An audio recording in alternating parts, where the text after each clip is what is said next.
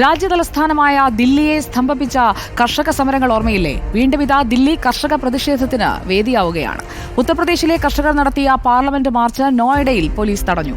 UP പോലീസും കർഷകരും തമ്മിൽ ഉന്തും തള്ളുമുണ്ടായി. നോയിഡയിൽ നിന്ന് ദില്ലിയിലേക്കുള്ള വാഹന ഗതാഗതം താറുമാറായി. ആദിൽ പാലൂർ തയ്യാറാക്കിയ റിപ്പോർട്ട് കാണാം. ദില്ലിയിൽ വീണ്ടും കർഷക സമരം ആളിപ്പടരുന്നതിന്റെ കാഴ്ചകളാണ് ഇപ്പോൾ കണ്ടുകൊണ്ടിരിക്കുന്നത്.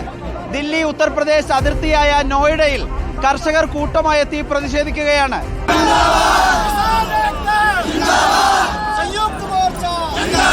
हमारा मांग ये है कि हमें 64.7% मुआवजा और हमारे 2013 का जमीन भूमि अधिग्रहण हमें जो लागू होना था वो लागू नहीं किया गया, उसको लागू किया जाए जल्द से जल्द, वरना हम दिल्ली हमसे दूर नहीं है, हम बिल्कुल दिल्ली के बॉर्डर पर हैं और हम ज़्यादा से ज़्यादा संख्या में यहाँ मौजूद हैं.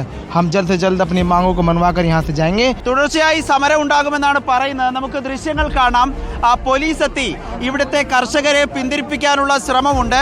ഉത്തർപ്രദേശിൽ നിന്നും ദില്ലിയിലേക്ക് പോകുന്ന മേഖലയാണ് ഇത്.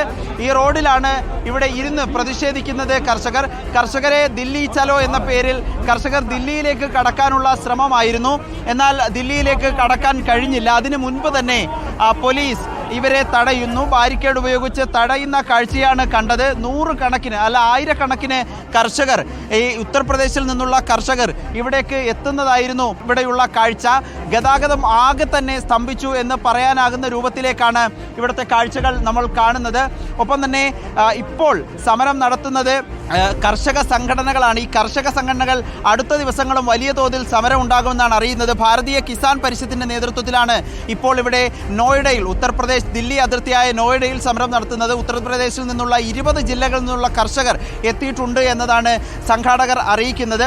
മിനിമം താങ്ങുവിലയ്ക്ക് നിയമപരമായ പരിരക്ഷ നൽകുക, പെൻഷൻ നൽകുക, വായ്പകൾ എഴുതിത്തള്ളുക, കേസുകൾ പിൻവലിക്കുക, വൈദ്യുതി നിരക്ക് വർദ്ധിപ്പിക്കാതിരിക്കുക തുടങ്ങിയ ആവശ്യങ്ങൾ കൂടി ഉന്നയിച്ചുള്ള സമരമാണ് ഈ ഘട്ടത്തിൽ ഇവിടെ പുരോഗമിക്കുന്നത്. ഒരു വശത്ത് ഈ ഉത്തർപ്രദേശിന്റെ അതിർത്തിയിൽ നോയിഡയിൽ ഇങ്ങനെ സമരം തുടരുകയാണെങ്കിൽ 6-ാം തീയതി മുതൽ പഞ്ചാബിന്റെ അതിർത്തി വഴി ദില്ലിയിലേക്ക് ദില്ലി ചലോ മാർച്ച് തുടങ്ങും എന്ന് കർഷക സംഘടനകൾ, സംയുക്ത കിസാൻ മോർച്ച അടക്കമുള്ള സംഘടനകൾ അറിയിച്ചിട്ടുണ്ട്. ഏതായാലും സമരത്തിന് അവസാനമില്ല എന്നാണ് അറിയിക്കുന്നത്. കഴിഞ്ഞ വർഷങ്ങളിൽ കണ്ടതുപോലെ കർഷക സമരം അത് ദില്ലിയുടെ അധികാര കേന്ദ്രങ്ങളെ വിറപ്പിക്കുമോ എന്ന ചോദ്യം ഉയരുകയാണ്. 5000-ഓളം പോലീസ് ഉദ്യോഗസ്ഥരെയാണ് UP പോലീസിൽ നിന്നും ദില്ലി പോലീസിൽ നിന്നുമായി ഇവിടെ വിന്യസിച്ചിരിക്കുന്നത്.